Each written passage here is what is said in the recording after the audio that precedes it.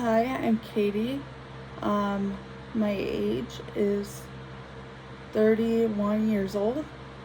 Birthplace is um, Maywood, Chicago, but I now live in Arlington Heights due to adoption.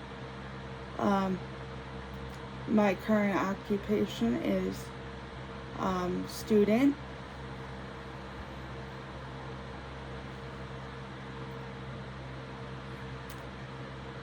And I am a student that is going for her post-bachelor's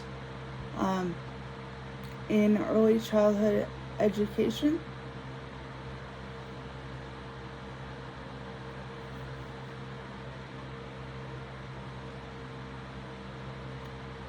I come from I would say,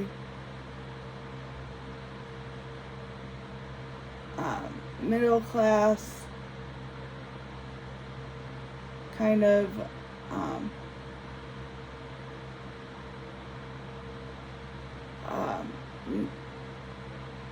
well off family that can support each other, but also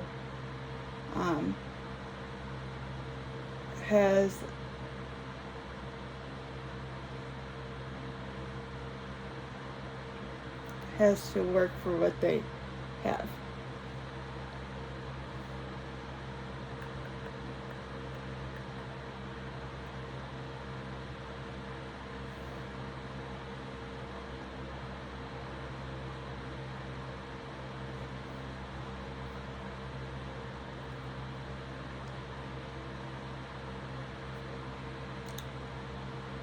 My sex is I am heterosexual, cisgender woman. My nationality is American. Race, I would say Caucasian or white.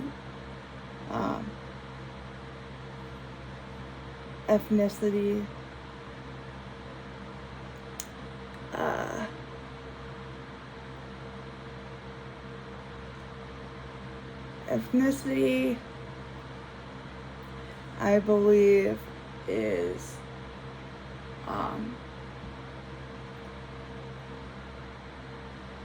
German, Polish, Irish, but I am adopted, so that is not exactly in my forte. My primary language is English, but I do know Spanish enough to be able to hear it and know what is being said, but only if the speech is slow and not rapid. I also do know some sign language, beginners wise. My religious affiliation is Lutheran branch of Christianity.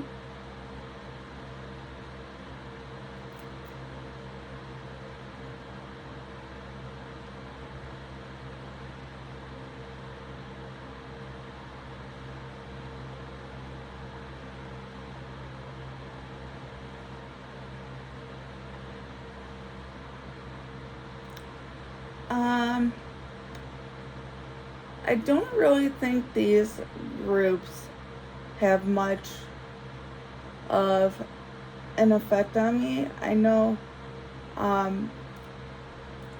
they make me more of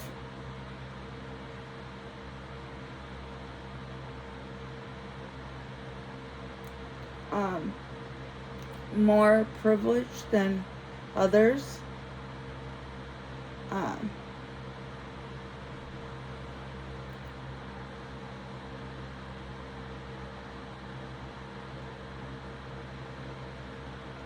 I think the main one that I feel might have more impact is the sex and gender one, or the ethnicity. I think because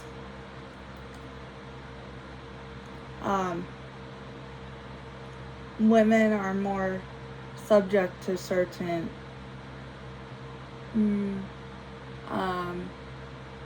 not stereotypes or anything like that, but more abuse and the glass ceiling being an issue.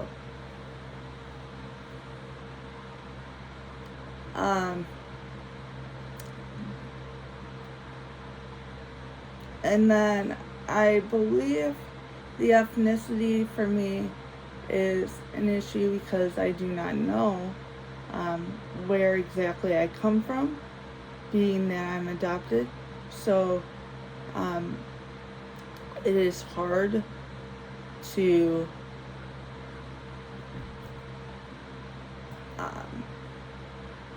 know how to answer those questions. And it sometimes bothers me.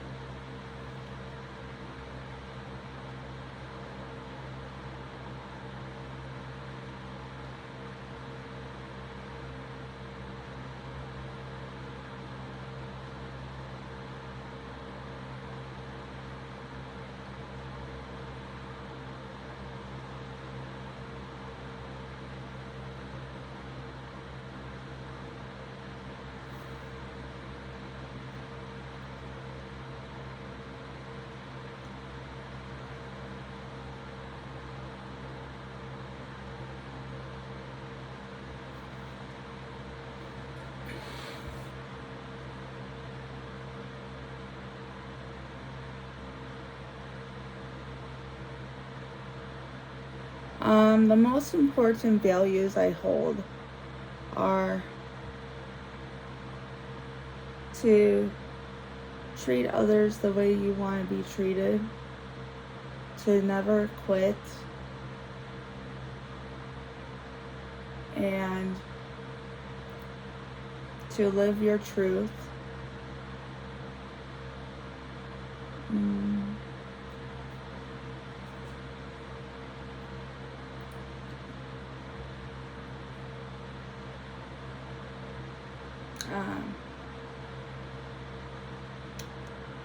Then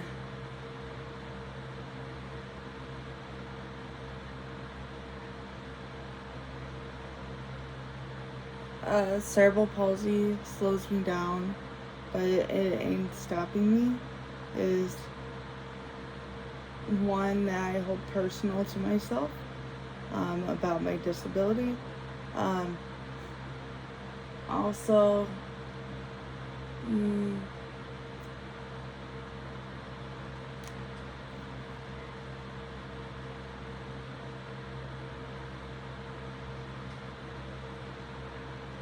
at this point in my life, I think this is important values, supporting one another through the roller coaster of life. Speaking that I've had quite the ups and the downs and changes throughout my life.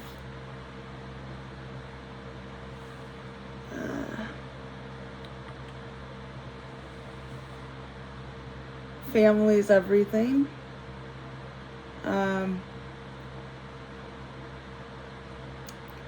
And to hold your friends close.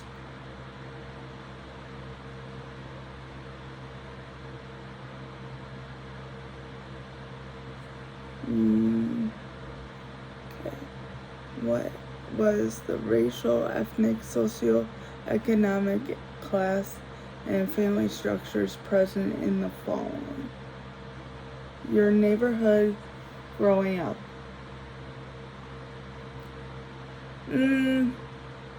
I think predominantly my neighborhood growing up was predominantly,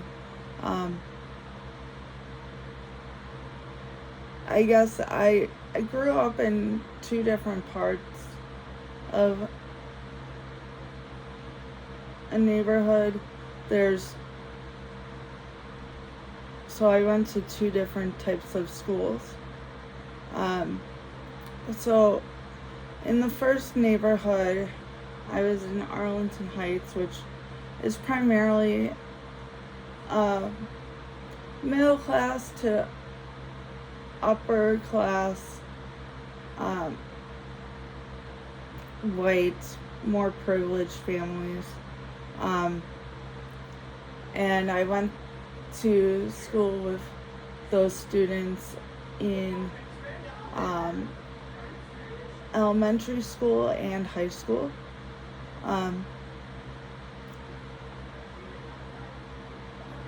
And then when I went to middle school, I had moved to the Prospect Heights side of the street. It was literally just two houses down. But I grew up on Prospect Heights then, and that was more people who were middle class, but also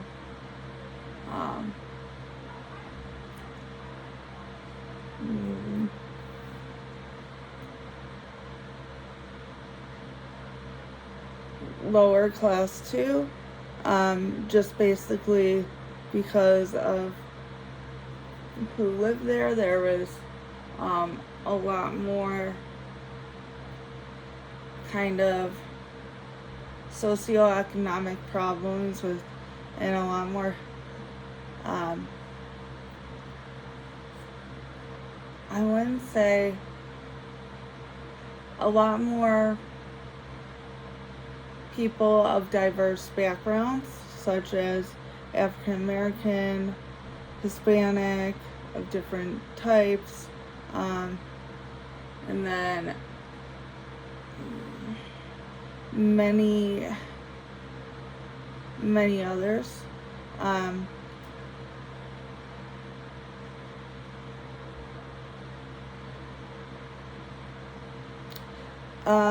Your elementary school, like I said, that was when I was growing up more in Arlington Heights, and I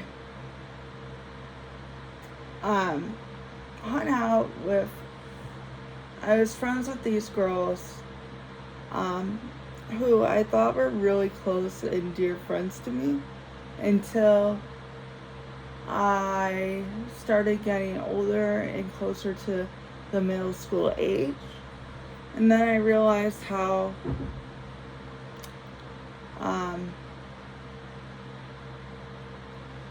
they were kind of,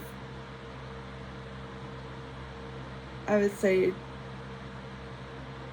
two-faced. Not that I judge, but it seemed like towards their parents they wanted to act as though we were the best of friends, and then towards myself and towards another friend of mine, who still is my best friend to this day, it seemed like they kind of didn't want to hang out with me, didn't want to spend time with me at recess. It was always a competition between me and the girls on who was the smartest, who was the most active. I was bullied quite a bit in elementary school during my 3rd grade year, just based on my ability. Your junior high and high school. Junior high was right after I moved. And that experience was totally different. People were more accepting there. Yes, there were some questions that were posed to me about my disability after watching a video on it that were totally random at different times, but they were totally just accepting. When I had cast on my legs, they would write their names on the cast. They would include me in sports and activities. High school, I was kind of in a mixture of kind of both of those communities, because my so-called friends from elementary school and my bully from elementary school turned out to be going to that same high school. My best friend from elementary school decided to transfer to St. Fire, so she didn't have to go to high school with those girls. And then my friends from middle school, besides like one really good friend that, and maybe even two, that went to a different high school, went to my school, and I think some of us stayed close and then others kind of pulled away, but in the most part, those people tend to stay closer to me. I have friends that have gone here to Whitewater with me, that went to high school and middle school with me, or just high school with me. And then some that had some more challenges and kind of lost touch with.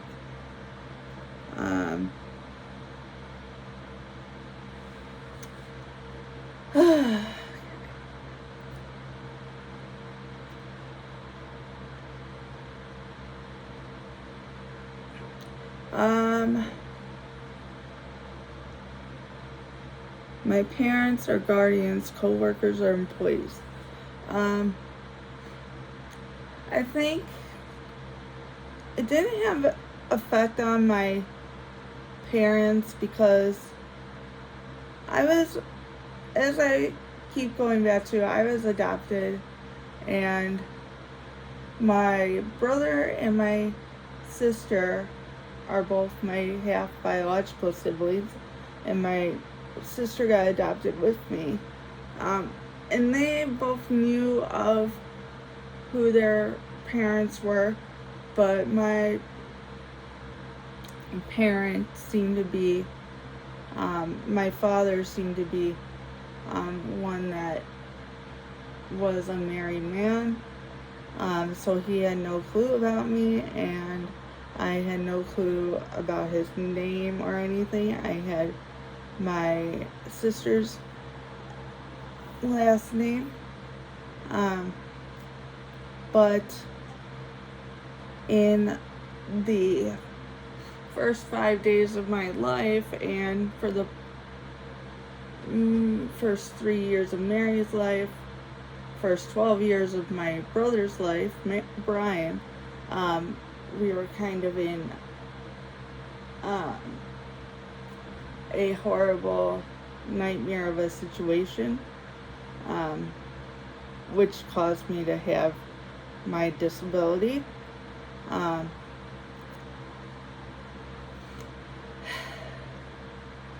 don't think my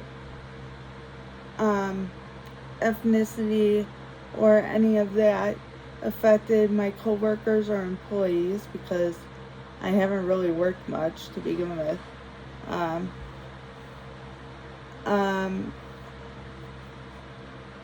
It doesn't really affect my social circles as much.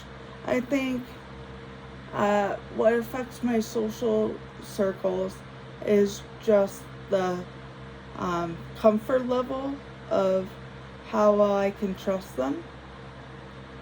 Uh, Jobs that I have had are just like summer jobs, like summer camp counselor. Um,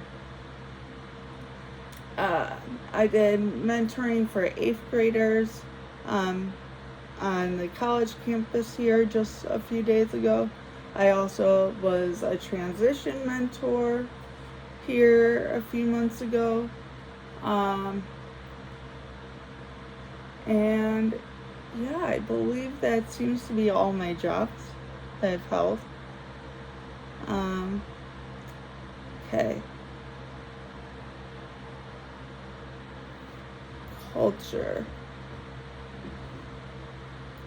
Culture. In my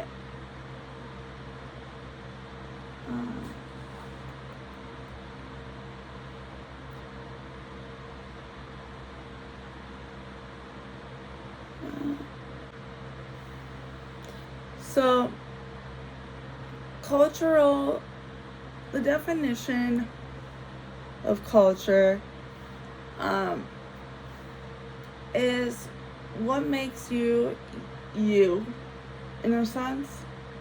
The different groups you belong to, whether it's based on ability, faith, socioeconomic differences, ethnicity, nationality,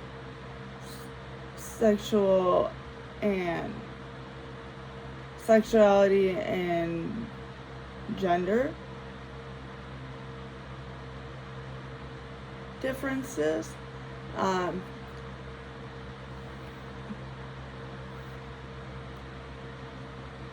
Some I belong to are, well, as I said before, I am white or Caucasian. I would go by white. And then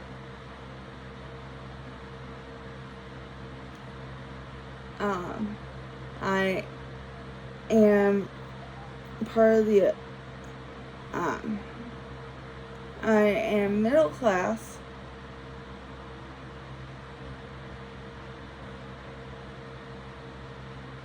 And then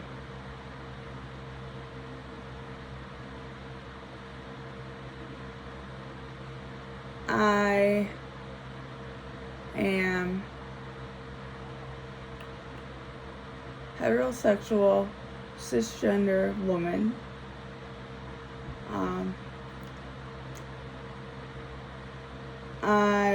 In terms of ability, I'm disabled. And I'm Lutheran branch of Christianity. I don't think some of these, I think most of them were taught to me by my parents. However, I think one of them was more not taught to me, but more of a result of the actions of my mother, specifically the disability part, because my disabilities didn't happen until after she had done something to me that wasn't healthy or smart. But I'm not gonna get into that right now.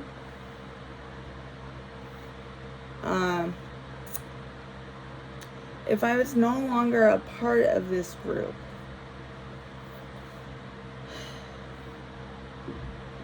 I would, well, one, probably not be in college as long as I am. 2, be able to drive. And 3, I would definitely get more experience traveling. And 4, I don't think I would be with my adopted family.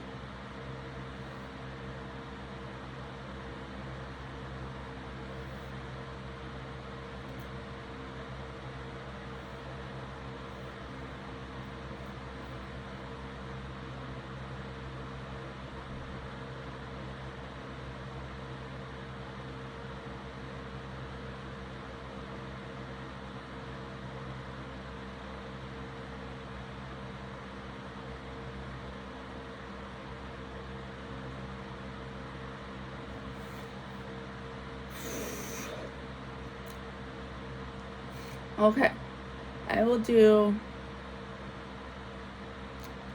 I am more proud of what the ability culture I belong to has done for me.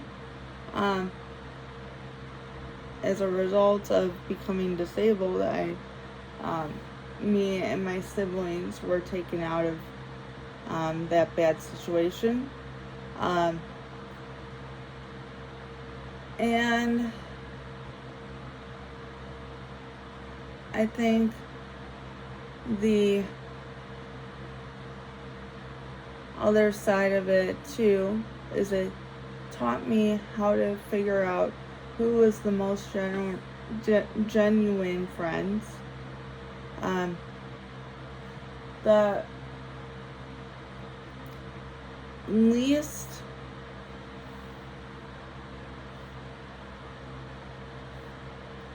I am the least proud of being a part of the Christianity group, more so not because I don't believe in their beliefs, but I don't believe as much in the Old Testament as I do in the New, and I feel like it's up to interpretation. For example, I went down to Brazil.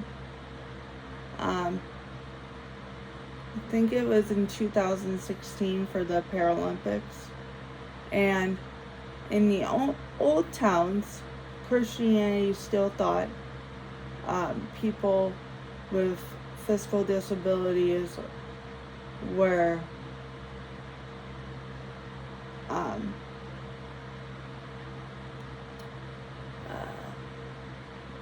I guess I wouldn't say a problem, but kind of that we should be sent to the devil in hell. And then in other more touristy areas like Rio that was having the Paralympics, especially because of the Paralympics, we were more accepted.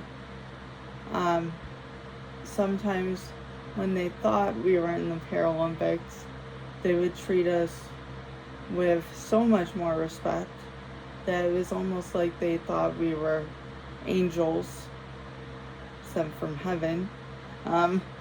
But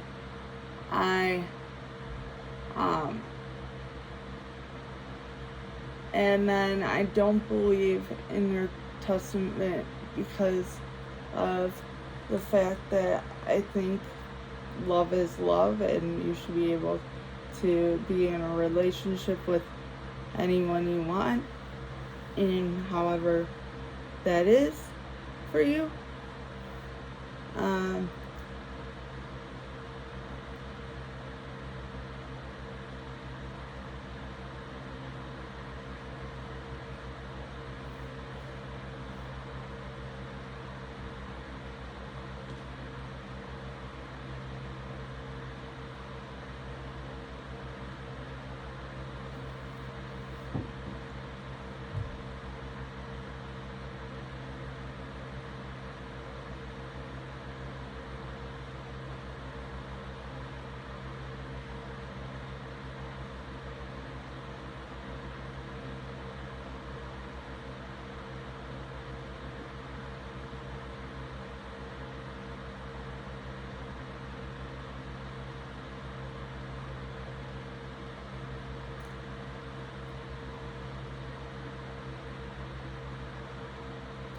I think because I'm generally not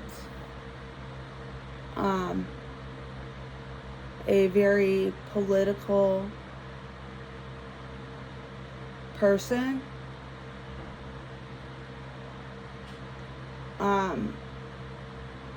And I do have progressive beliefs, but I also think conservatively a little bit.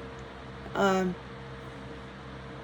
would like to see more of what the two sides kind of have in common with one another.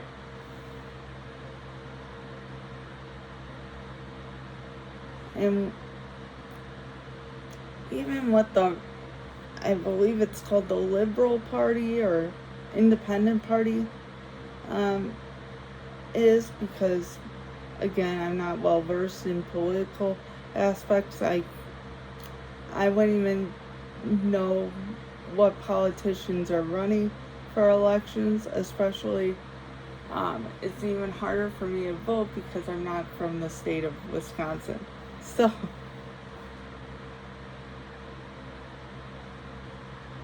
and I think it would just help me understand more who, if I wanted to vote, who would I want to vote for? And it's good to keep up to date in politics for at least some things, maybe not all the time. How is this reflected who and where you are today, and what you believe and hold dear. I believe that because of being in a culture of a group that is adopted,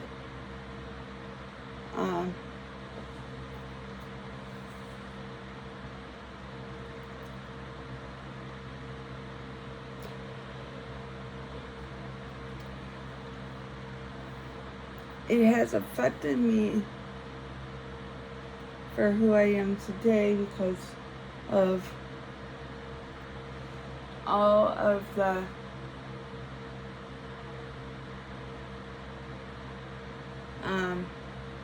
setbacks and moves forward I have had in my life. There have been plenty. I cannot name them all. School is just one of them. Also, my emotional well-being, I think. But primarily, I think I see myself as a more determined individual that won't take no for an answer and won't quit.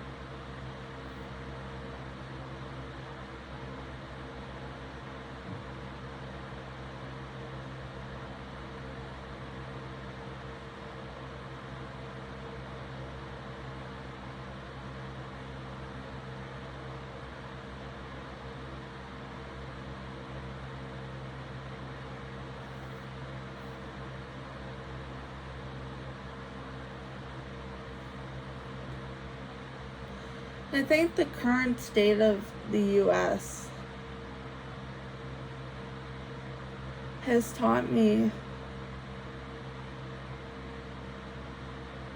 in a way, that I am more affected by it because of the fact that it's showing us how much we need more education about certain issues. And without education, we can't progress.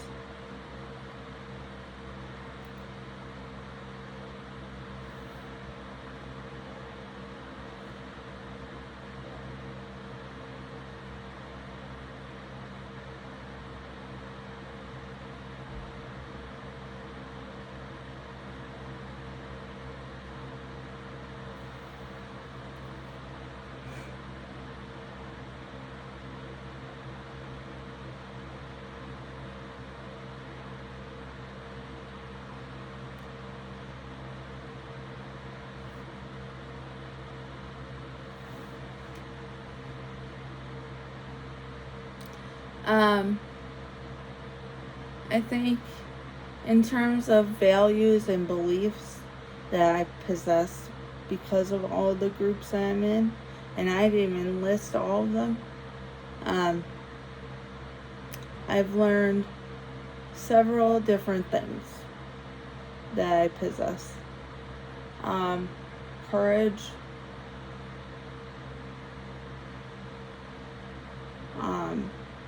and bravery do not come without fear.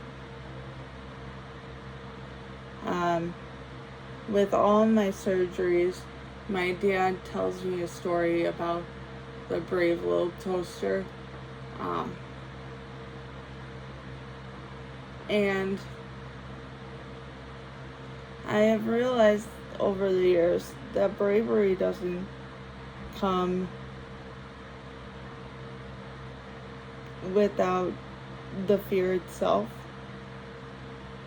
Whenever you are going through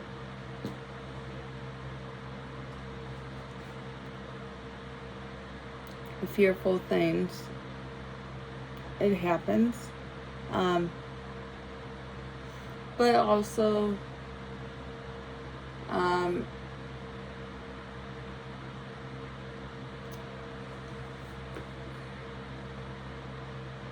another value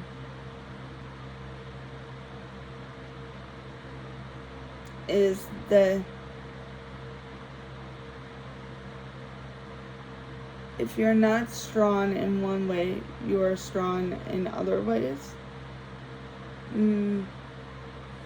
This is a personal value that I hold dear to me because when I was growing up, first in third grade, I was bullied because I couldn't do as many things in our Olympic unit as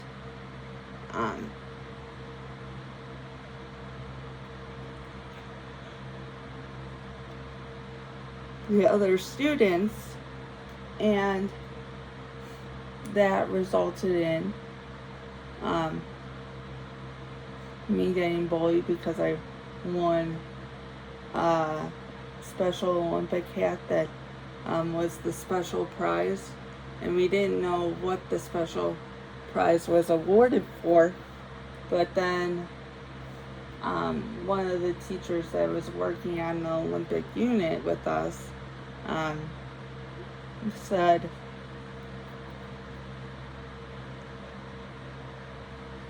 that it was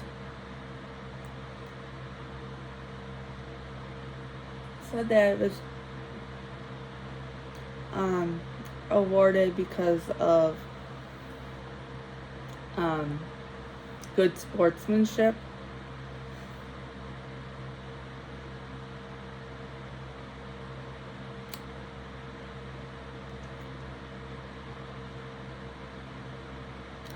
And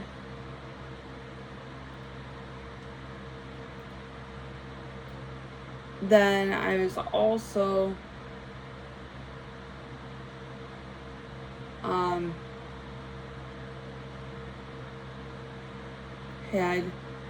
I was also told that some teachers were kind of betting on what grade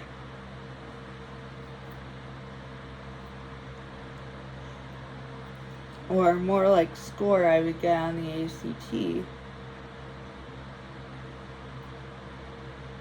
Most of my teachers counted me out and said I wouldn't be able to go to anything more than a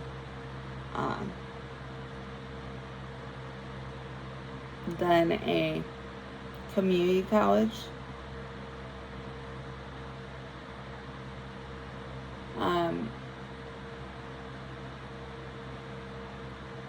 Which was totally not true.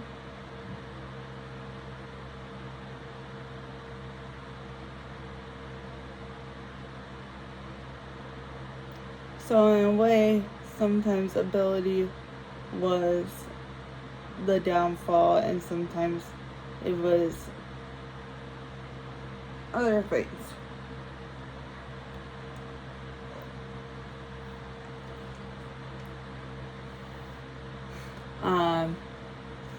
Also, another value is love is love. Home is where the heart is.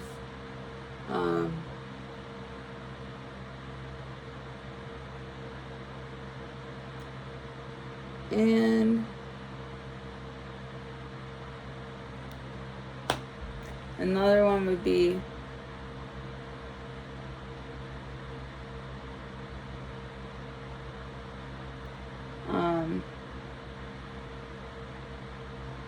true friends are there for no matter what happens.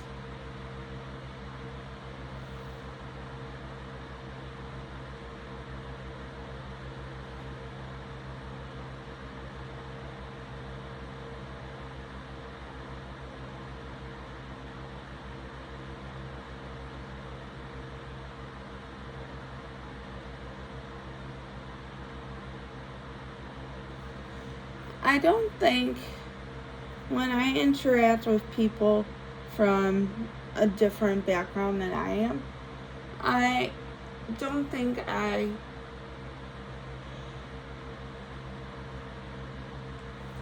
am able to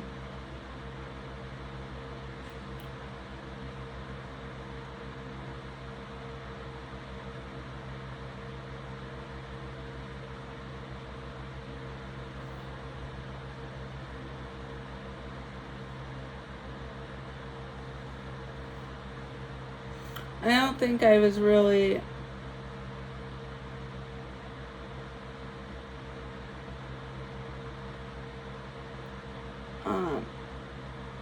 at the time, I really think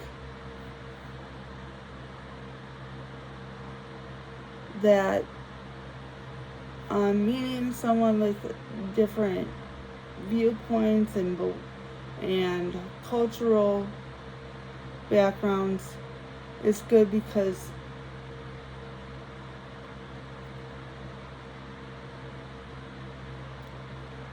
of what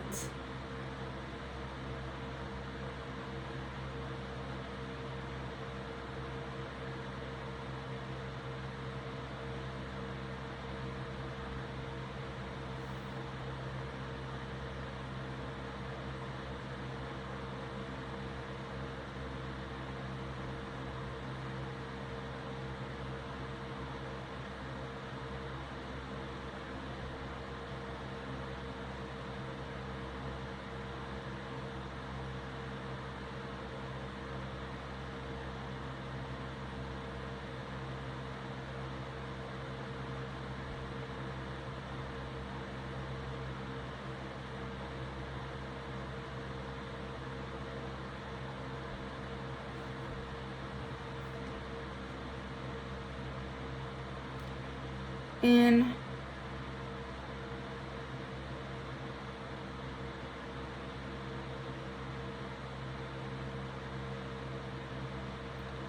okay, so I think I don't really particularly mind friendships or relationships that start from square one and not having the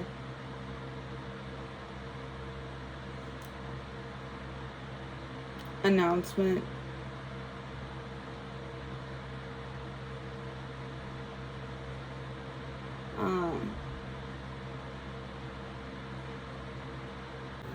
so in terms of race, my friends that I trust the most are primarily of the same race, but there are a few that I'm really good friends with, that I trust, that are from different backgrounds. One is of Asian descent, and um, another one is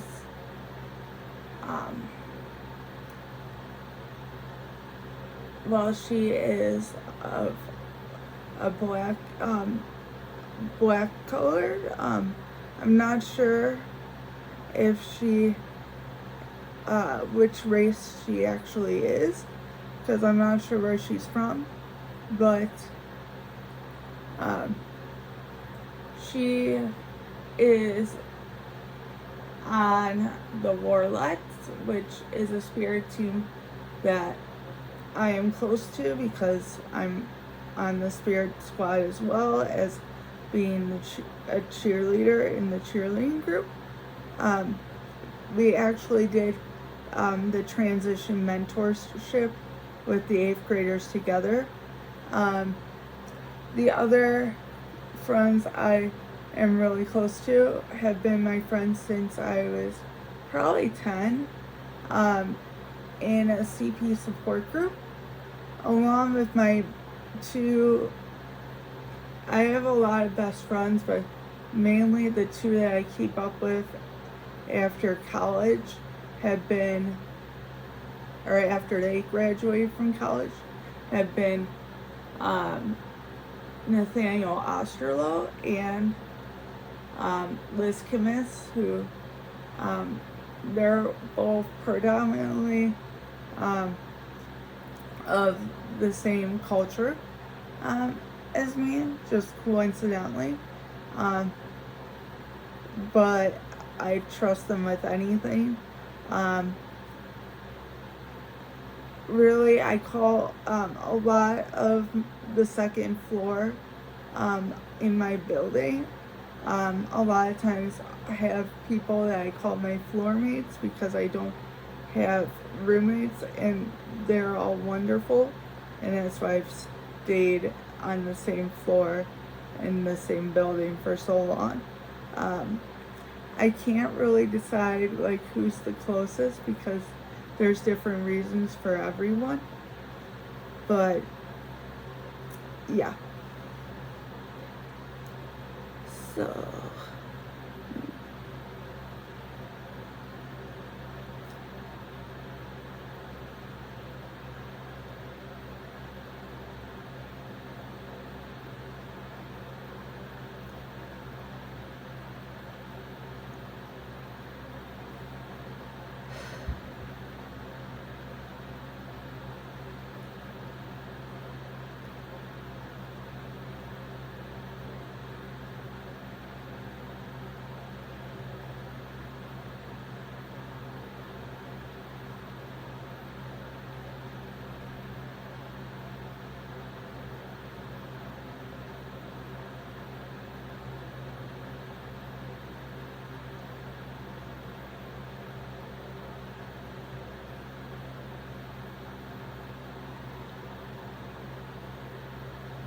I feel that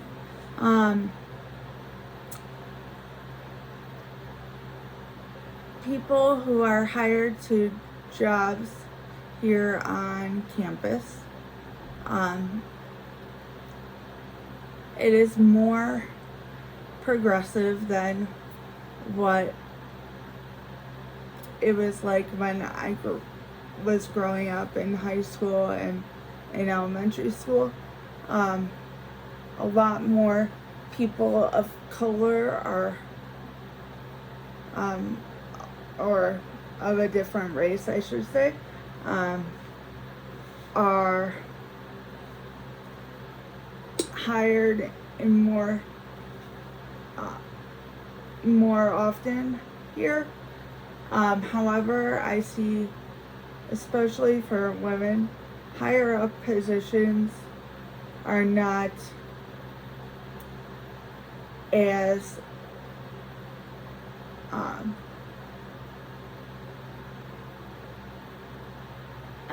not as likely to happen.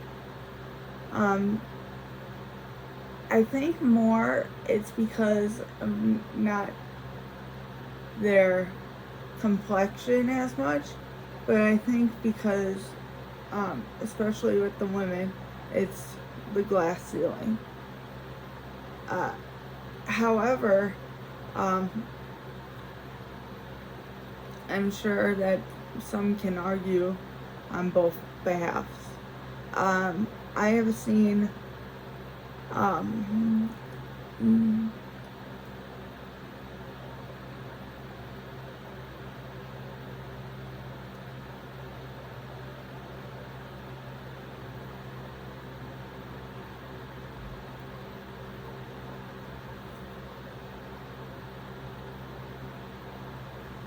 um, as a person who is different myself, I've seen um,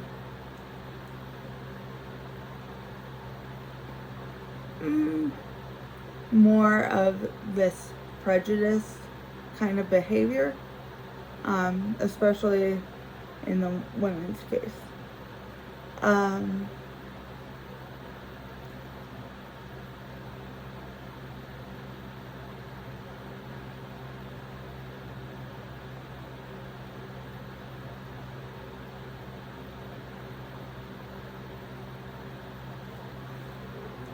I think there are quite a few that I'm an I'm an ally to everyone who's in the LGBTQ community, but I am friends with quite a few, um, and the school is getting more inclusive with gender neutral floors, gender neutral bathrooms in some buildings.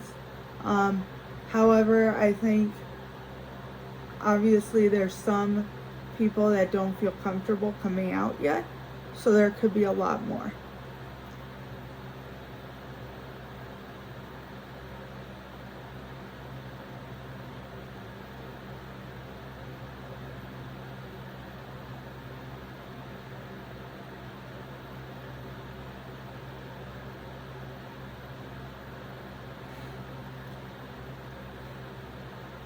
I don't think my behavior would be affected if the uh, LGBTQ community was more the majority. I think it would be the same way because I would know um, how the community started out, and I would be happy for them. Um,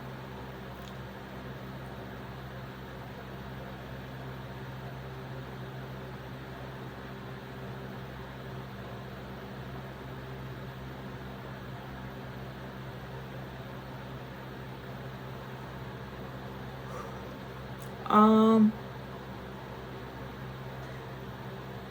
that is a good question. With me being disabled,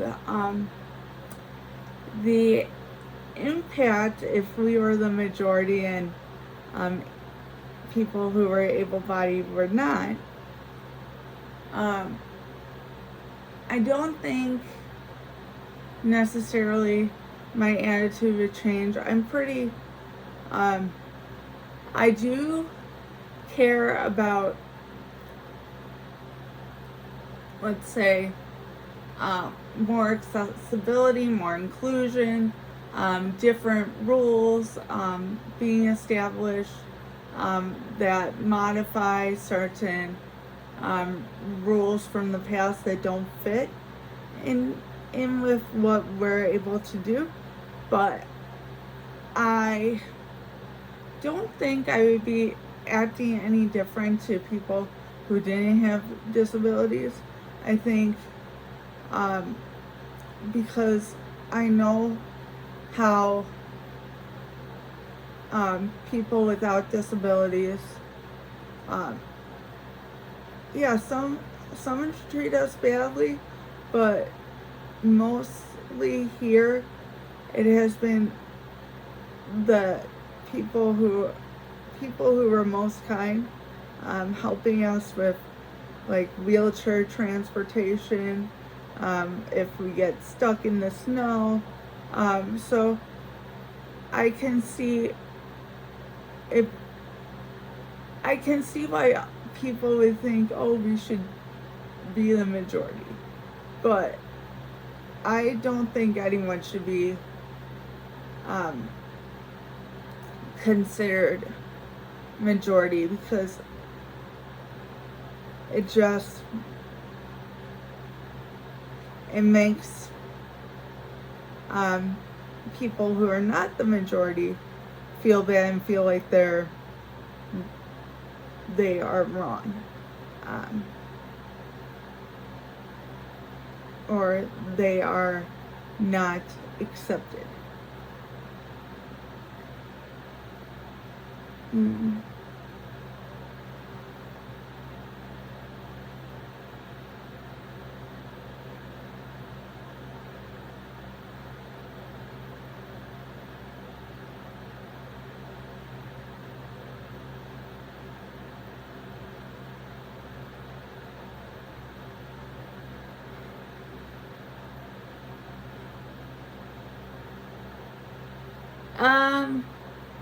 I think that it would change my opinion on applying, because not because I don't like people who speak more than one language. I've tried to learn sign language this summer, and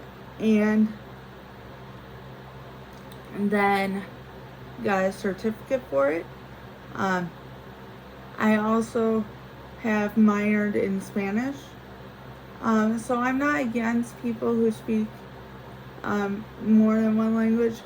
However, because of my disability with the processing delay, it's a lot harder for me to catch on if it's rapid speech, which for native speakers it tends to be. So I would need a lot more time to figure out conversations and what was being said.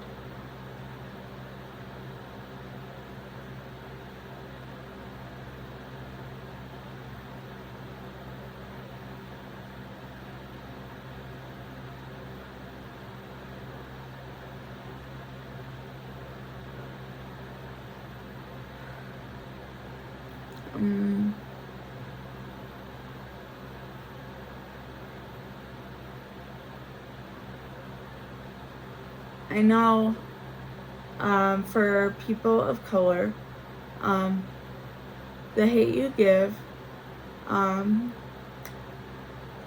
then what was the other ones? I have to backtrack in my list here.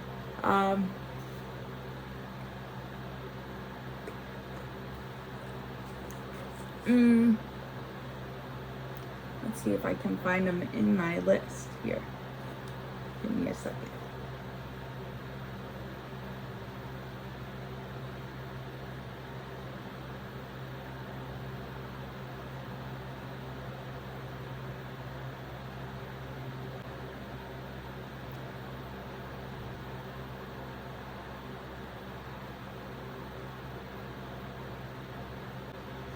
Okay, like I said before, I have watched The Hate You Give, 42, and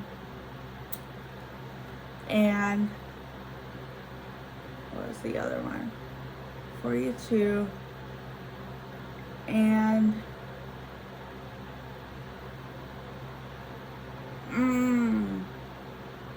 trying to remember now.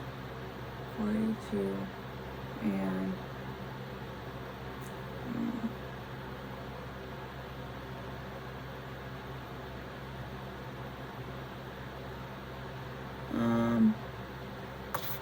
I think with Love, New Mexico.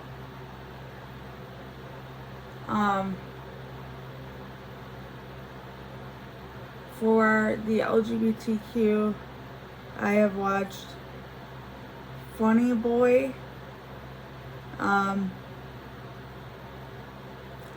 Drag,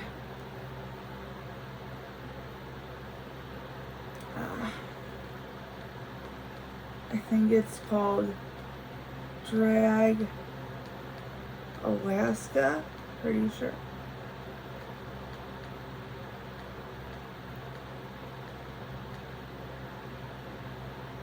Alaska is a drag. Then I've watched the movie Summerland,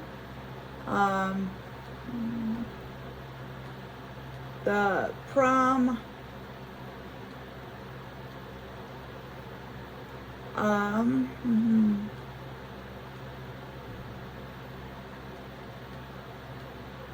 the Fear Street series,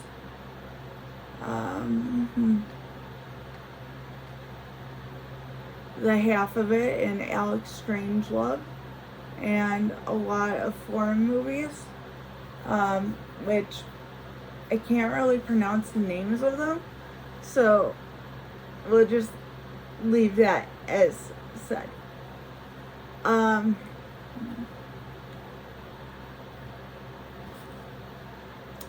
Then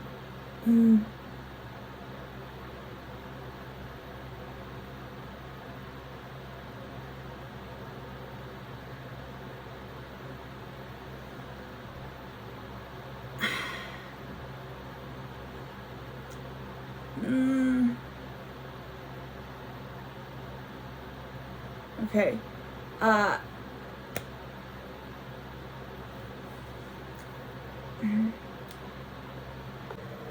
Okay, so as I said, I've watched a lot of movies with people who are disabled. A series called Autism the Musical and Autism the Musical sequel, A Mile in His Shoes, and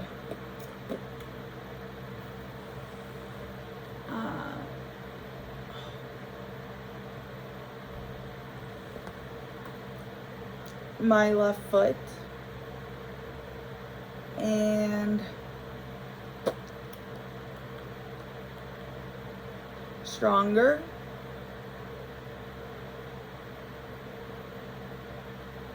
and there's so many more, I can't think of all of them.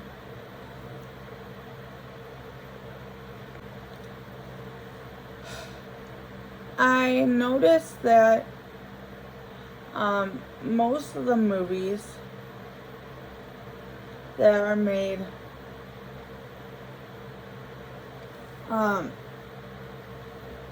that are about the LGBTQ community and the disabled community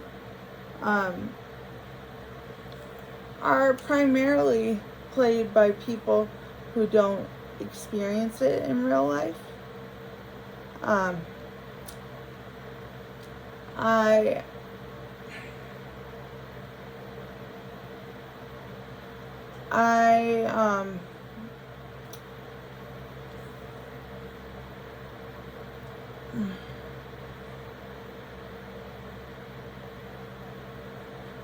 I think there should be more movies about these topics, but for those two groups, have more people that actually represent the community.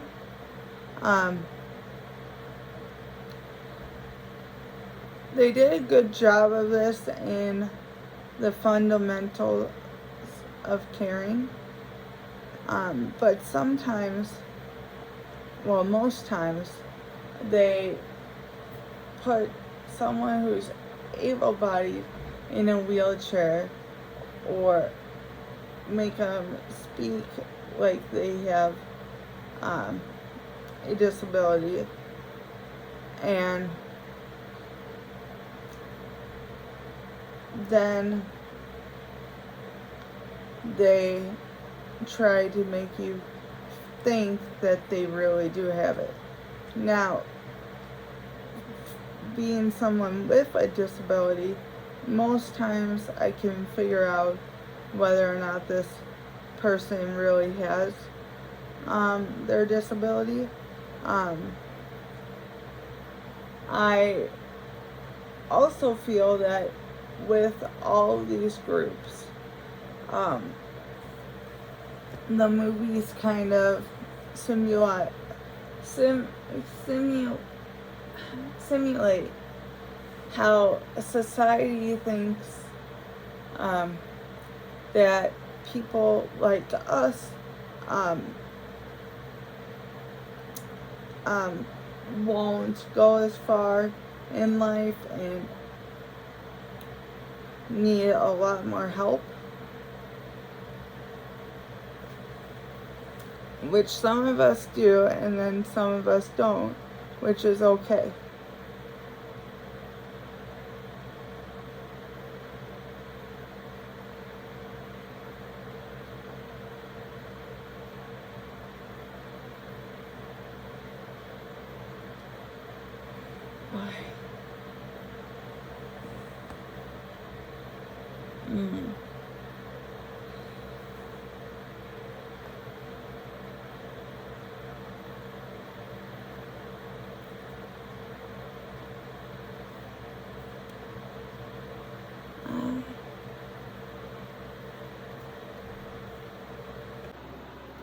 I don't know many national known people who are LGBTQ in their achievements.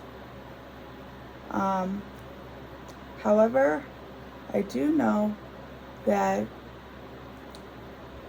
there are plenty of nationally known people with disabilities who have plenty of achievements. My absolute favorite actor is Michael J. Fox. He has Parkinson's.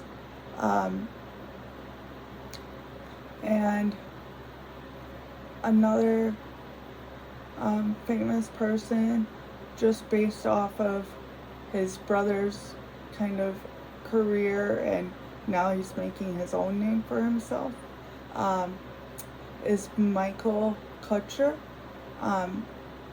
He is the actor Ashton Kutcher's twin brother, but now he's making a name for himself after struggling with his disability of cerebral palsy and admitting it. He decided that people deserve to know his story and learn from what he's been through. Let's see.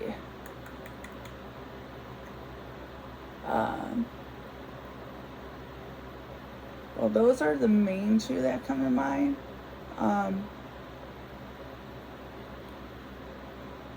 Yeah, I can only think of two right now.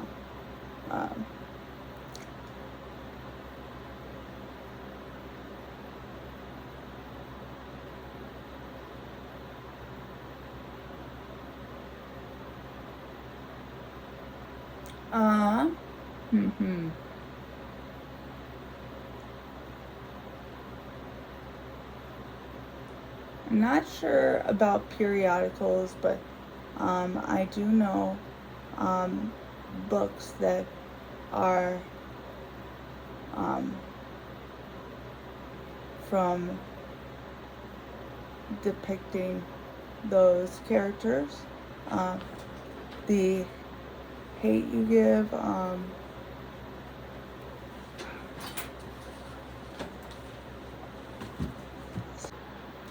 another one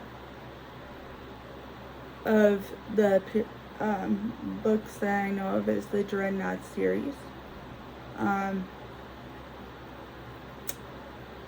And there are much more, but off the top of my head, those are the ones that stick out. And let's see, the next question is,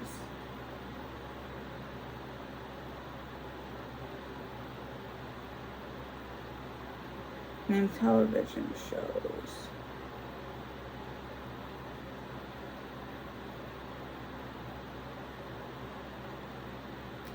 Okay. So, television shows.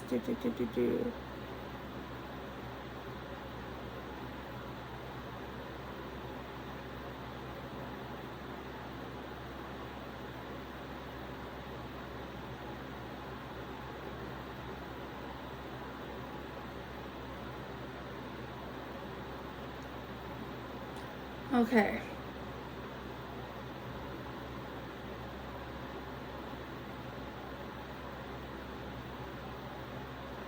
I would say 3 television shows for any of these groups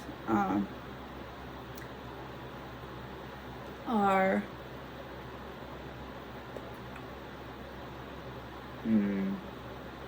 let's see.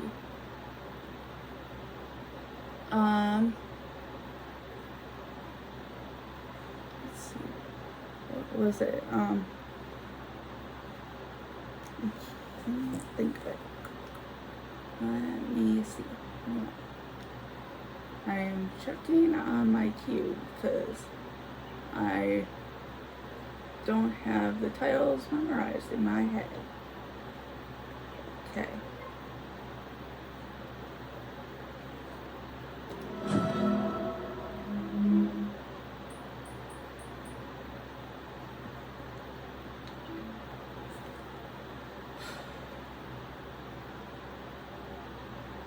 Okay, let's see.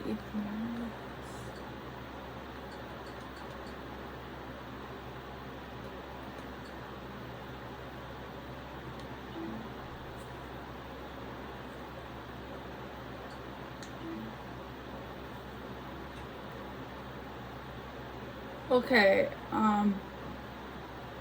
the wedding arrangement, which depicts the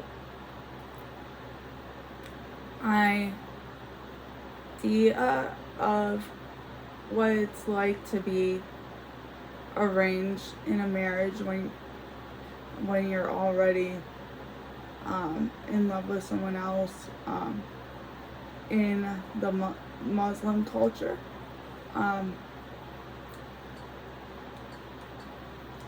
Then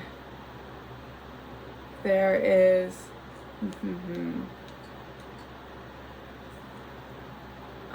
I've seen, let's see,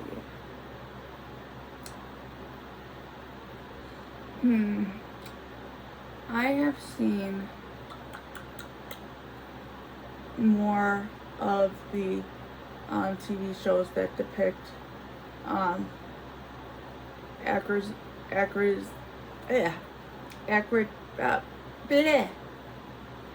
accurate representation of disabled community. Not to say I haven't watched much TV with the LGBTQ and stuff like that, but I watch more movies on that subject. The TV shows that I've liked the most so far with in terms of their representation of disabilities, even though their actors are not disabled themselves, are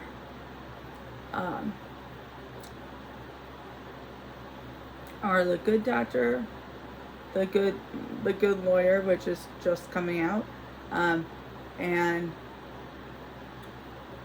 then we have the attorney Dr. Wu, which is a about like the good doctor stemming with the disability of autism for the main character, but she also happens to be a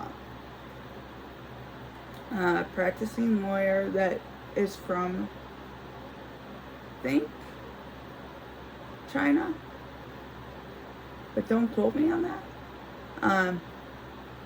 And then two other shows that I liked in their depiction of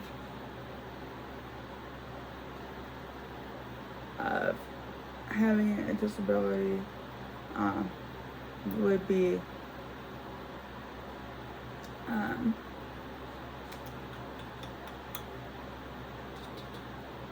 I would say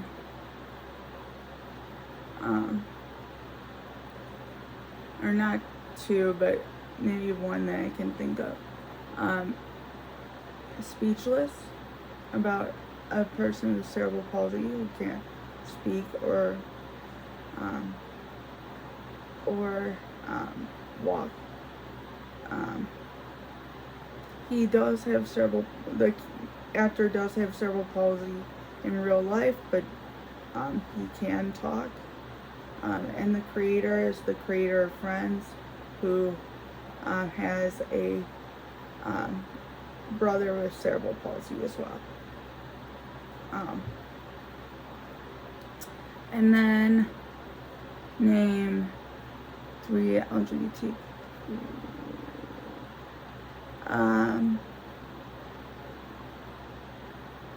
Yeah, not sure about the actors.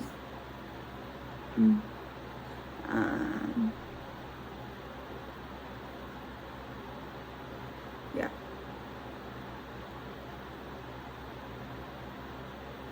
Okay.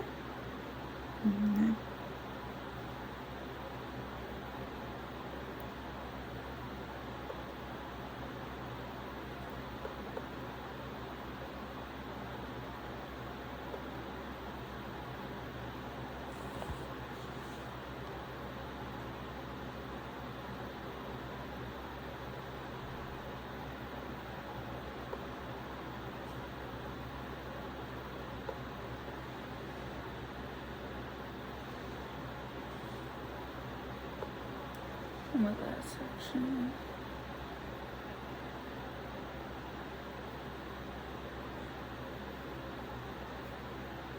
Some sections to go.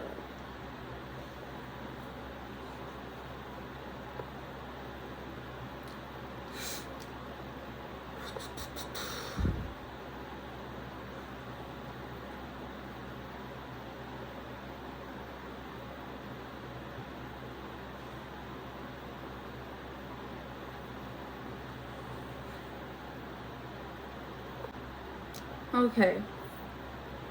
At least 5 or 10 stereotypes I have encountered over my lifetime are that women should be housewives, have children, want to have children, can't like sports, men can't be sensitive, men can't be sexually assaulted,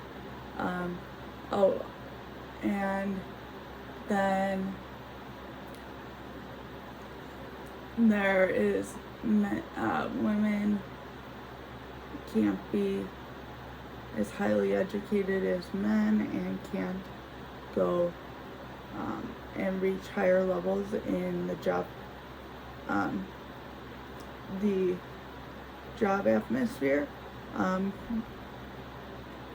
It's determined as like the glass ceiling, that black people aren't educated and can't be educated. Then there's always my favorite one that deal with mobility and like people who are physically disabled can't be as smart, can't go far in life. People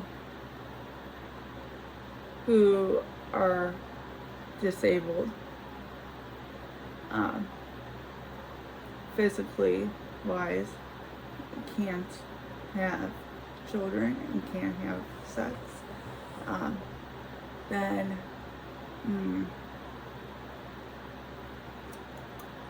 that in general,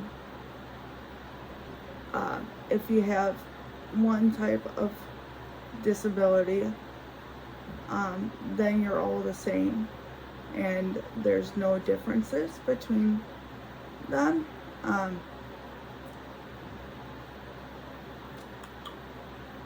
Okay, what else?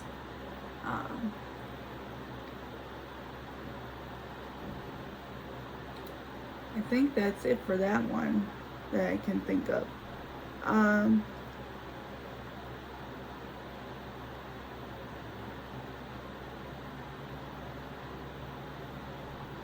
I have encountered prejudice,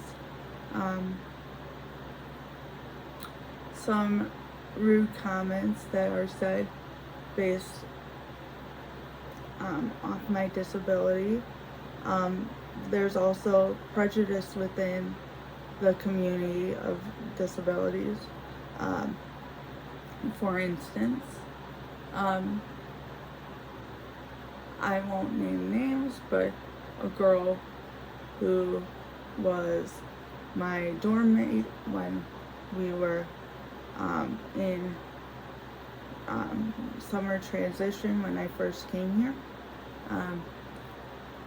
would back her wheelchair into my doorway so I wouldn't be able to leave to get to class, and then I would be late. She also bragged about her grades versus my grades.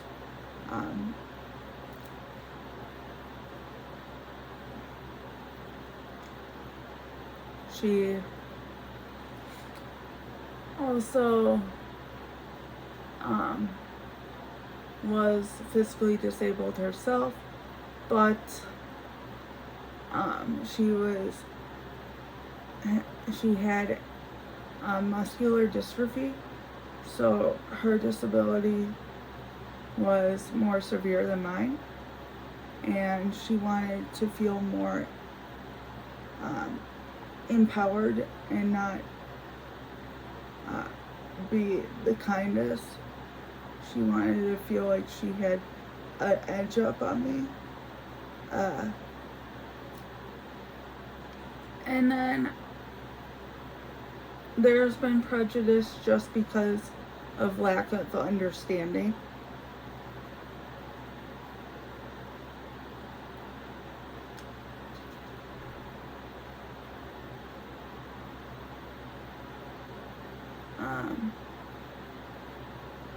I feel like not everyone is prejudiced,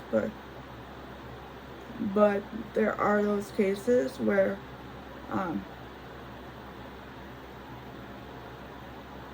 bias comes to light more. I feel as though although we have all our conscious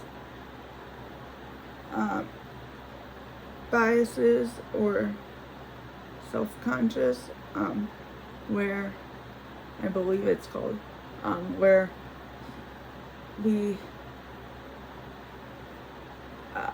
have our own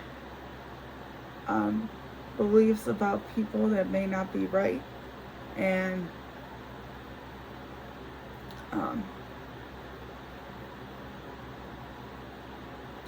it's just because we're not educated enough.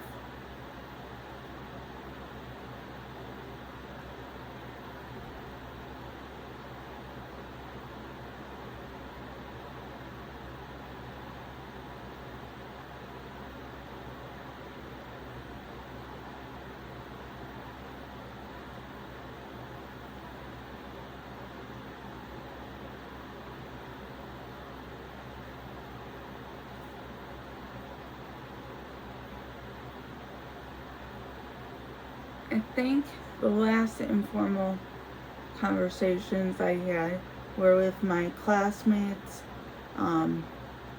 during when I was doing all my certificates within the WGS program.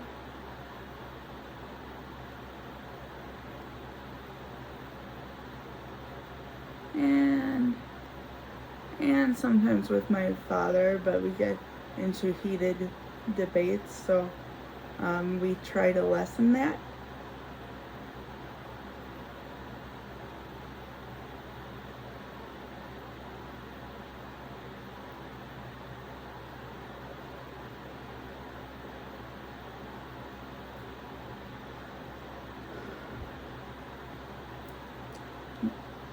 I actually think no, I think it's gotten worse because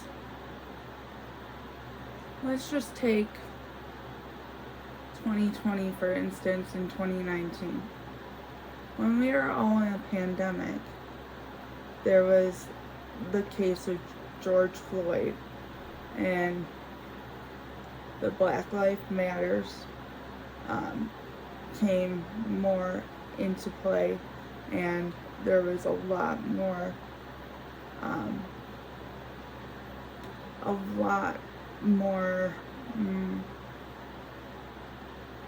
protest and aggression towards one another. People were on different sides, it seemed like, again, and seems like it might have lessened, but it still is heavily there, and it's just being more shown now since all of that.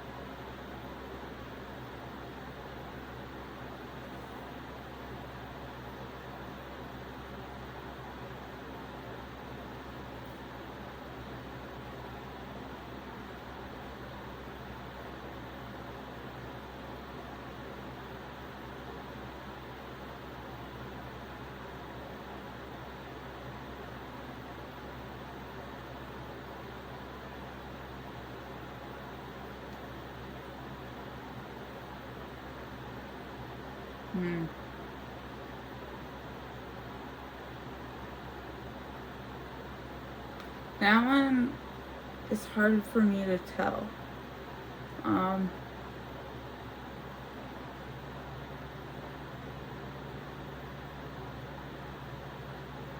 I think that one's hard for me to tell because you tend to see that with the complexion of being white, people don't assume your race or ethnicity as much. They think of you the same way as they would other people of that complexion.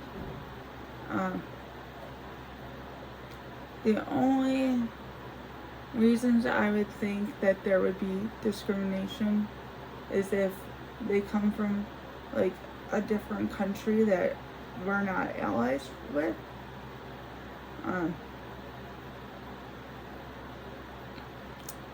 Then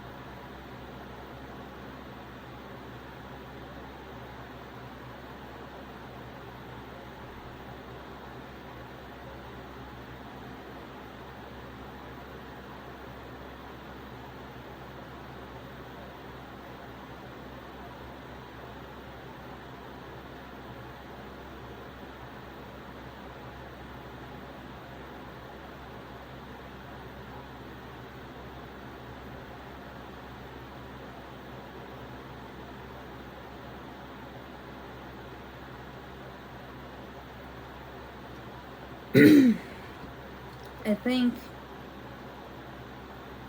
yes, there are differences um,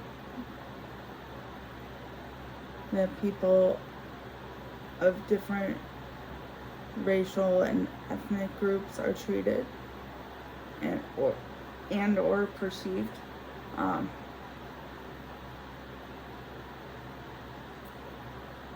Um, let's look at the his Lat- Lati, Latinx Latinx community.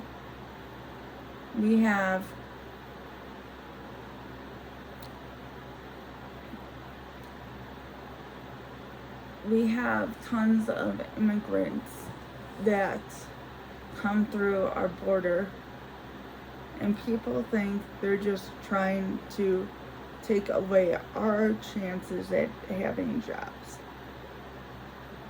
And they get mad and want to have this border put up even more, and have a wall, including our past president. And they just don't see their side of things, that they know the U.S. has more opportunities and can give them a better life for their families, and they need the money to do that. Yes, they are illegal immigrants, but they help do the jobs that most Americans perceive as not good work, and won't look into for jobs. Then again, there's how people treat people who are black, which I kind of went over before with the Me Too and George Floyd incidents.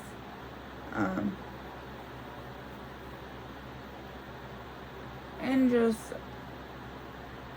in general,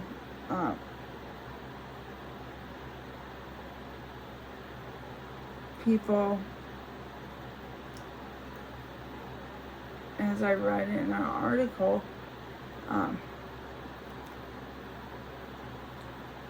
that are maybe hard of hearing or deaf have been shot and killed by police officers in other states because they didn't hear what the officer said, and it was misconstrued as mistaken for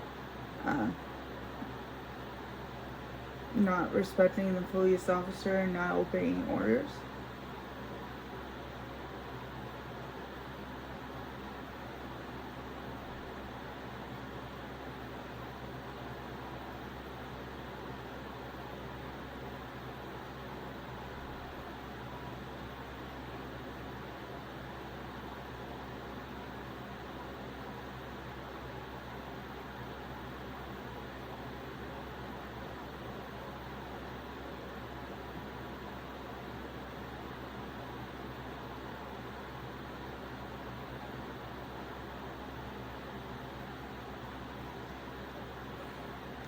I think racism is foundationally based in prejudice against a person's race.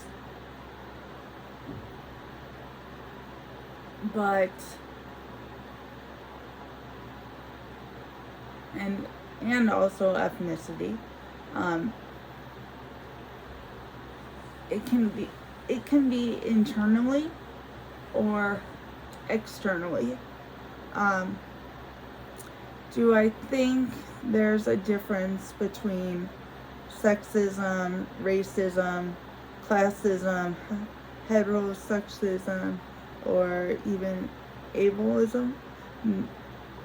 I don't think there's much difference. I think the only thing I could see is being different is what the prejudice is towards.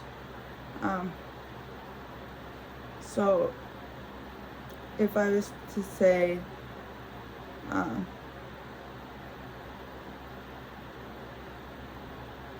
that racism is more about race and ethnicity, while sexism and heterosexism is based off of heterosexism is more dominant than any other sex. And sexism is just the overall term for that, and just discriminates against a bunch of sexisms. Classism focuses on who has the better standing economically, and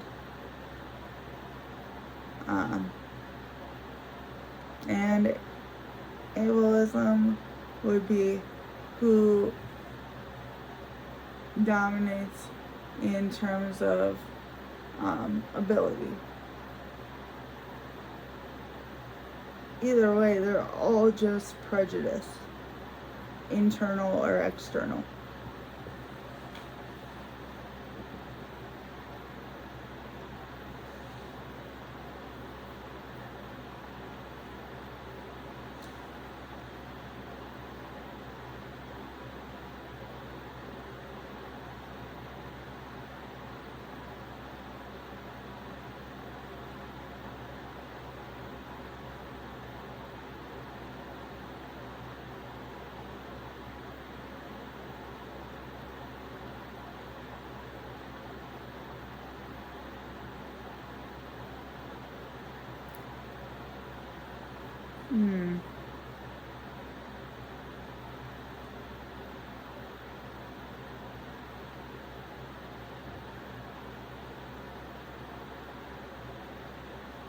The greatest challenges facing girls are the perceived notions that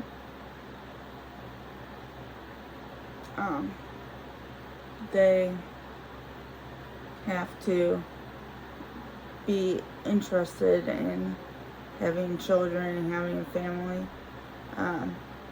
Also, obviously, the challenge of sexual assault by other individuals, which is also a challenge for boys and gender fluid individuals. Also, girls are interpreted as tomboys when interested in sports.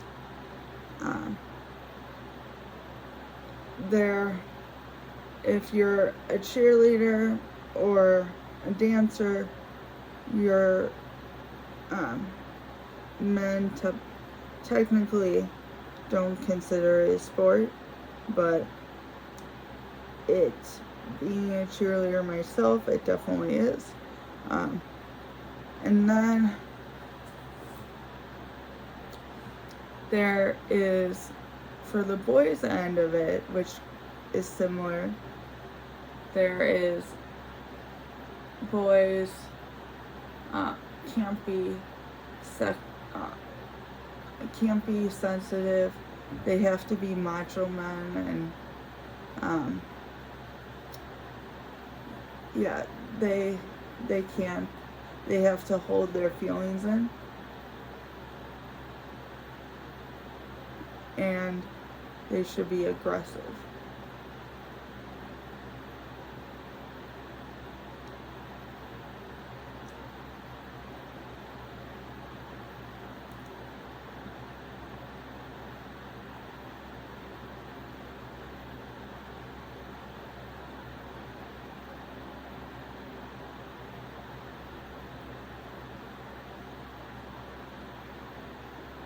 And I think that the sensitivity one is similar to how we can't be interested in boys stuff because it's telling you you're too girly or you're too manly to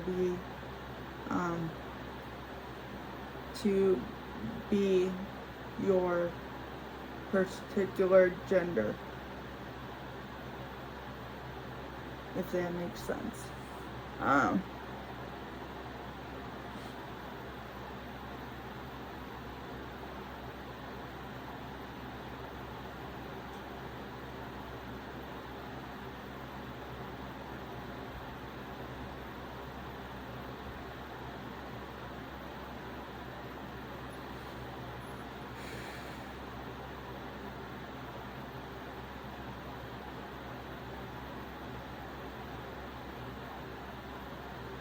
I think for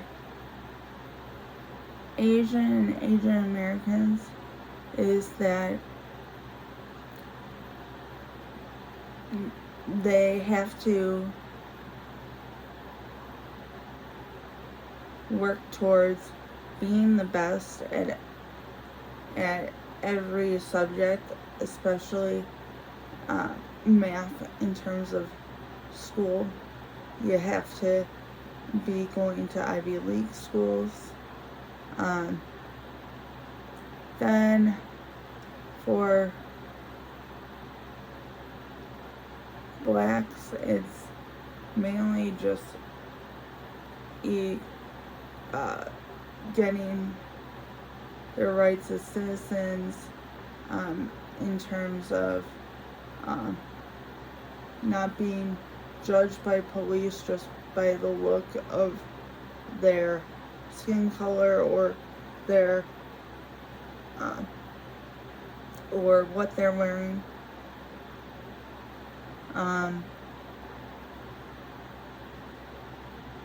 Latinx and Hispanics, I think mainly have to strive for people not assuming that they're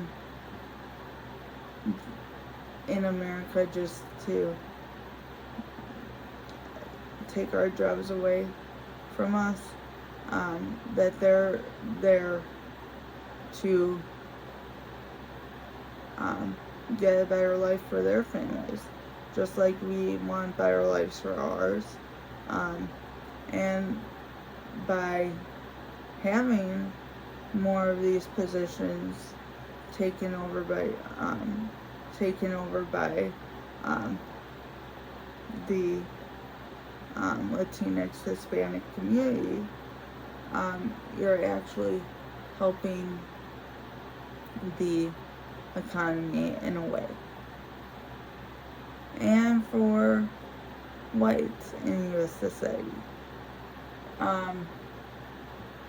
Alan being white myself, I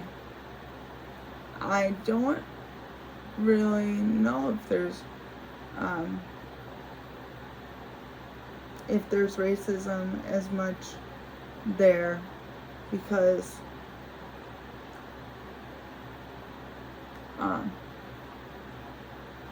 it is more of a privilege, and yes, there are challenges that we face, like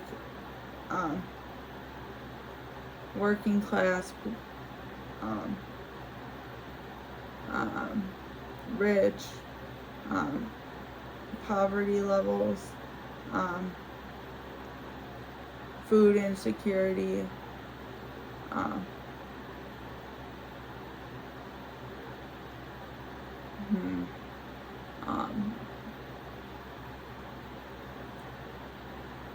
whereas people assume that everyone who is white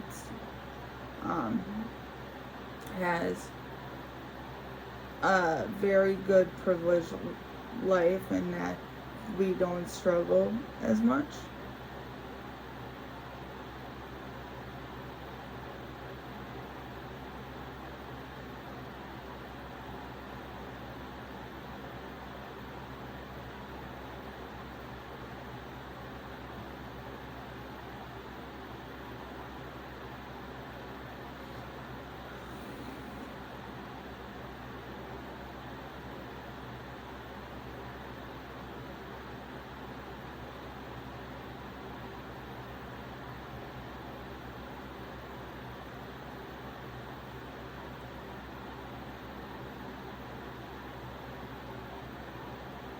I think for upper class, I think it's the idea of having independence because they are assumed that all they have is their parents' money or this large amount of money that they can spend whatever they want on things, so that they don't have a care in the world about where the next paycheck is coming from. Although upper middle class has a more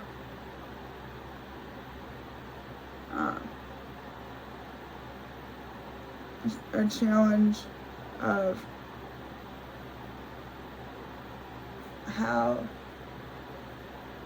to save up like the money you have and work towards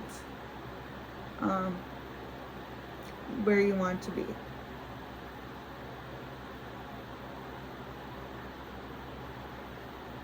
And we're pursuing this, we could work harder to be even further in life.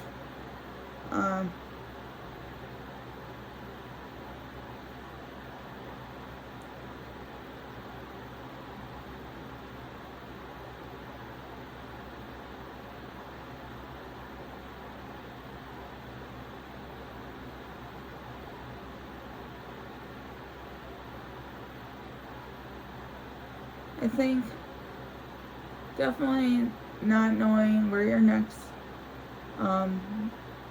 paycheck is coming from, if you can get a job, if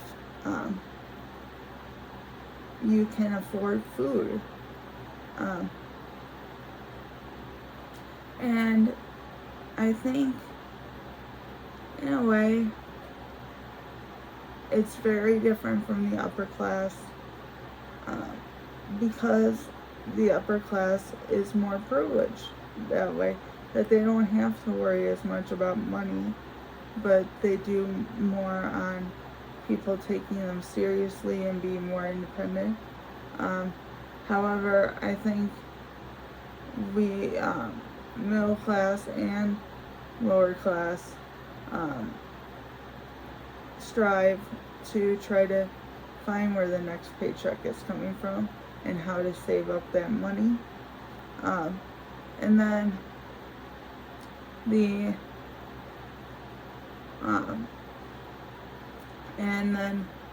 there's a big national crisis of being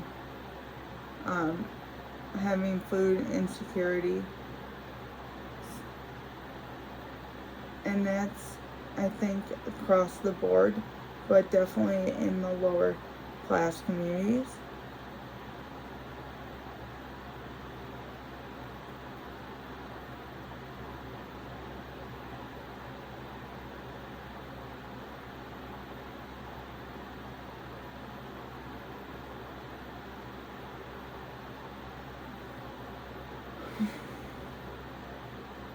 Well, I think by knowing that these issues exist, I can plan for um,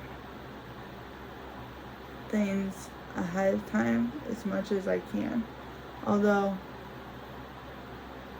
on the other hand, it's it's difficult for me because I am physically and intellectually disabled. So it's harder to find a, a work, uh, a place to work, um, a place to live, because you have so many other extra things you have to think about, like accommodations, accessibility, um, uh, the environment you're in, socially and physically. Um, the prejudice that is involved.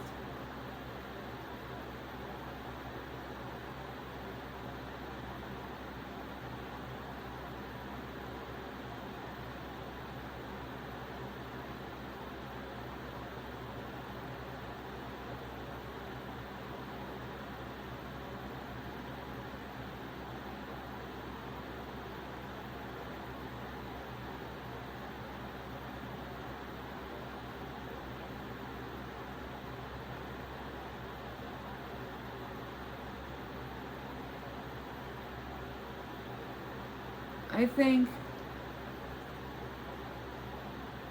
the um, in my mind, the teacher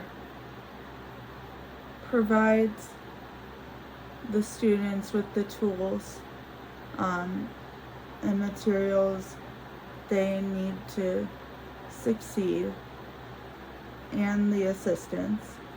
Um, Whether they scaffold it a certain way or present it a certain way with different tools that are more available to them, um, as well as for the parents to be actively involved with the teachers, because if you work together, then your child can succeed at his or her um, own rate. It's always a collaborative.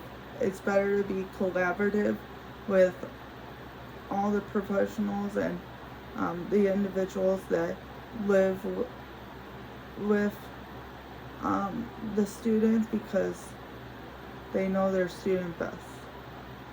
Um, then I think in terms of the student, it's, for me, it's just that he or she does the work, and I know that they're trying, and that when they do need help, they ask for it, and do not just assume that we as teachers know when they do or do not need help.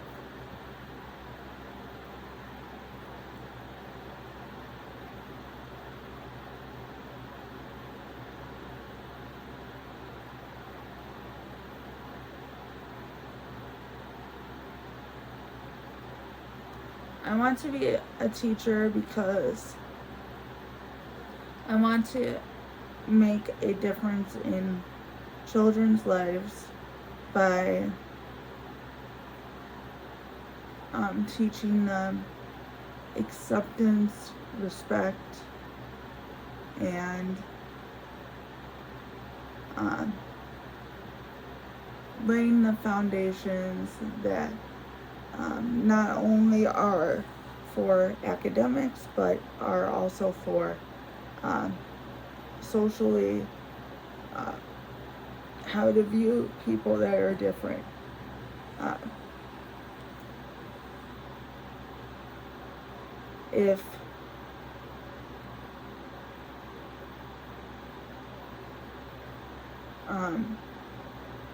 I want to see their growth from and want to plant the seed that they need to learn. Because I feel as teachers, we're preparing them not only for higher education, but we're also preparing them for life.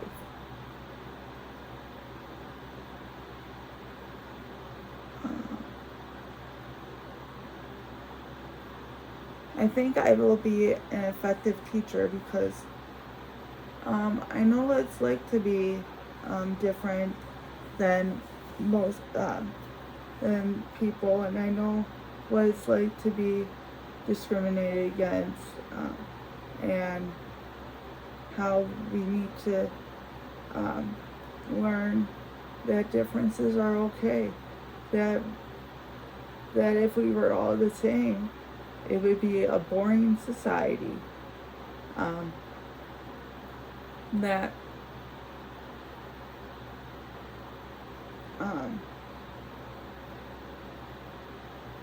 that everyone needs help at one time or another.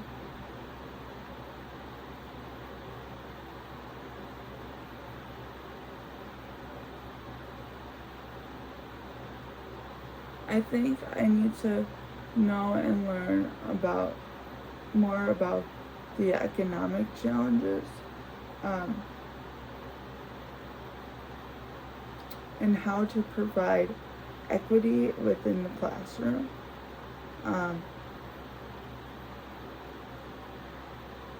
And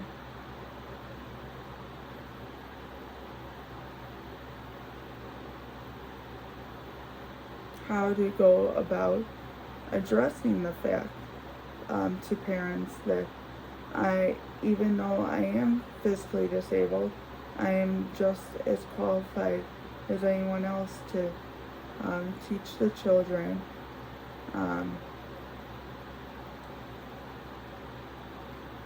in my own way, with my own accommodations,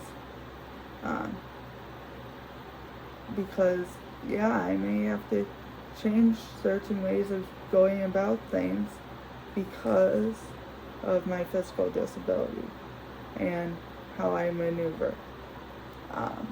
But that doesn't mean I care any less. It doesn't mean I don't want them to learn the same things. But it just means it might be in a different way.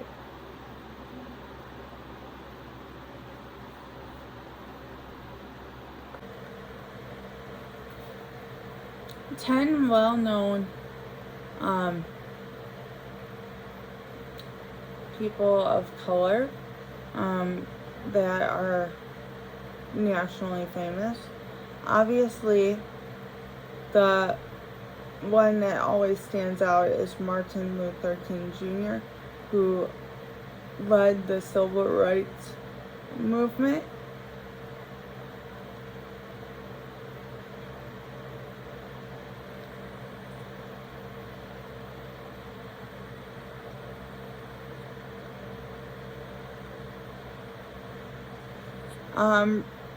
Rosa Parks,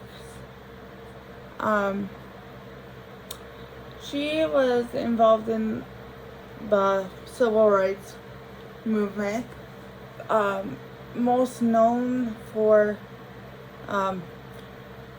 sitting on a bus in the so-called white section of the bus, and she wouldn't get to the other seat because her feet were too tired, so she stayed there and protested.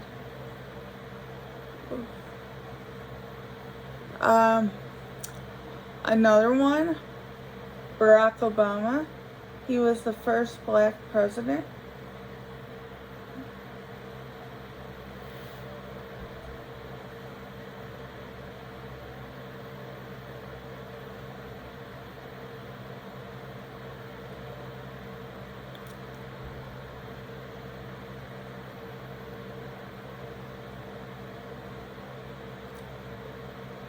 Oprah Winfrey. She is a well-known talk show host, has endured a lot of personal trauma and has conquered it, and now runs her own network. Harriet Tubman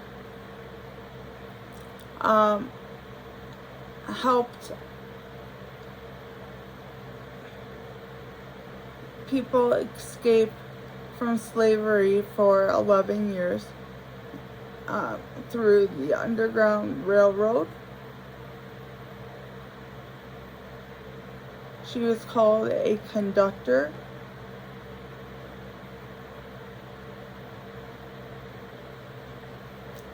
Jackie Robinson. He was the first African American professional baseball player in the major leagues in the U.S.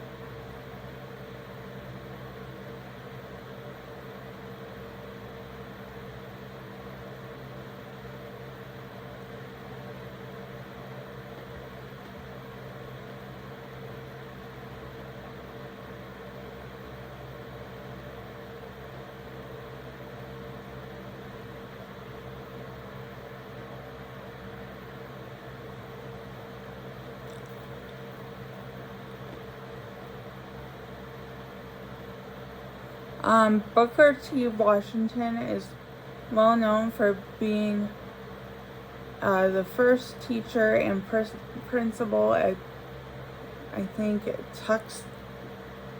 Tuskegee Institute, and a author.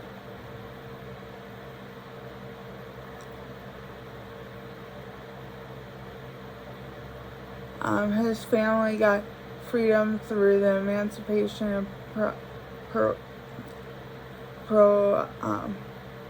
Proclamation.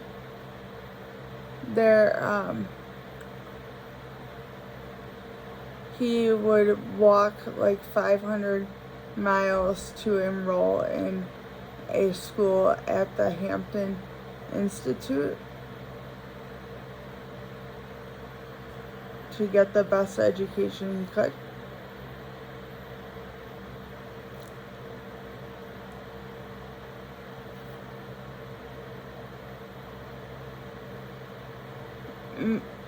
Medgar Evers was a World War II veteran and civil rights leader. He was the NAACP's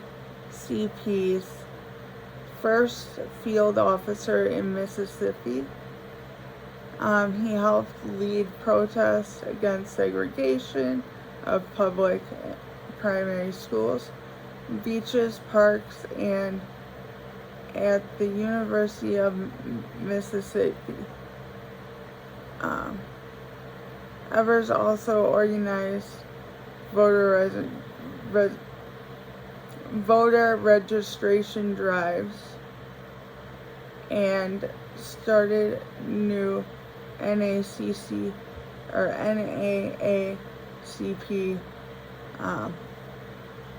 chapters.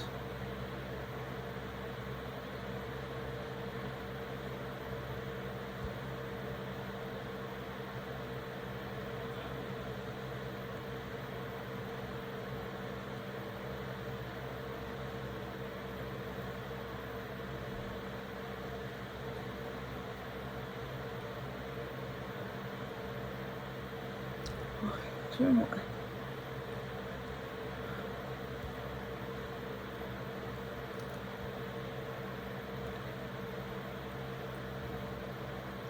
Frederick Douglass taught himself to read and write at a young age.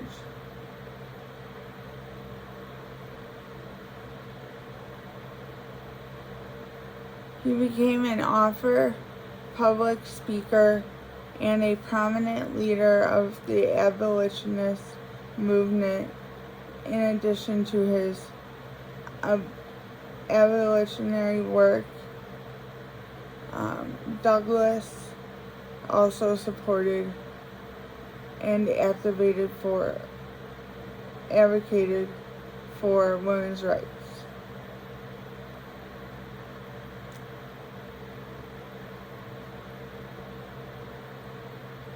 Shirley Chisholm is the first African American woman elected to serve in Congress in 1968. Shirley Chisholm was the first African American woman to seek the U.S. presidential nomination from a major party. She co-founded the Congress Black Caucus, which is designed to guarantee equal rights, opportunities, and access for African Americans and other marginalized groups. Muhammad Ali, which could go under African Americans or disabled. And I shouldn't say African Americans because I don't know. So I'm just going to say instead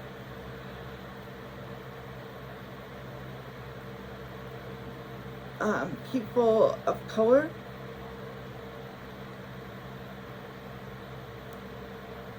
He was one of the most famous boxers of all time. And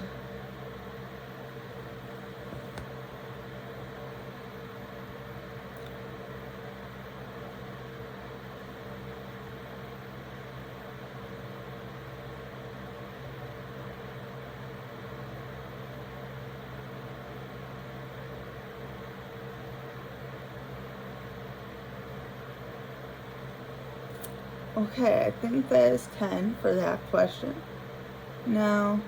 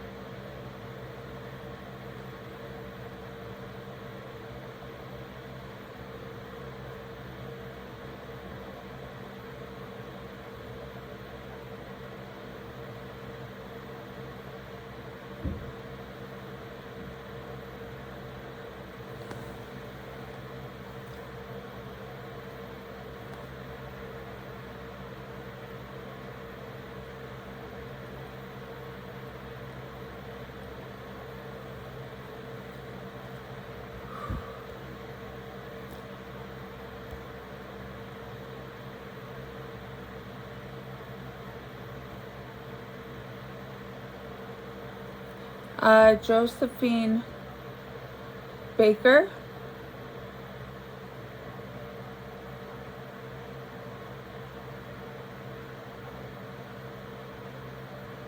in Foodala showcases, performed in Voodoo showcases and in Broadway musicals, including Shuffle Along. And,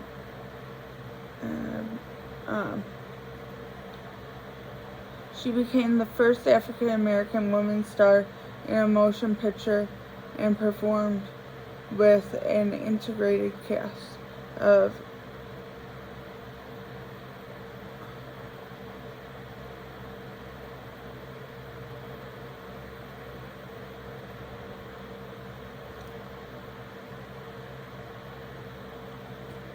Jane Addams. She wore many hats.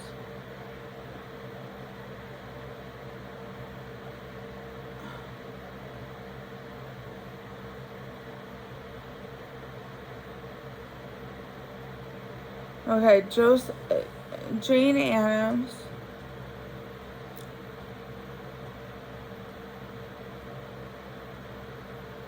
founded Chicago's Hull House in 1989 or 1889. A time when many new immigrants lived and worked in harsh conditions. The settlement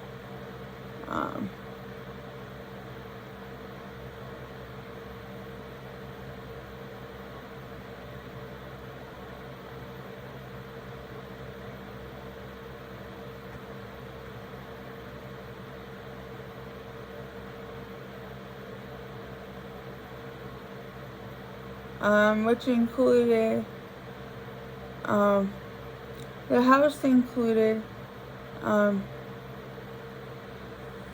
healthcare, daycare, education, vocational training, cultural and social activities, and legal aid to the immigrant community. Sylvia Rivera is best known for her participation in the 1969 uprising around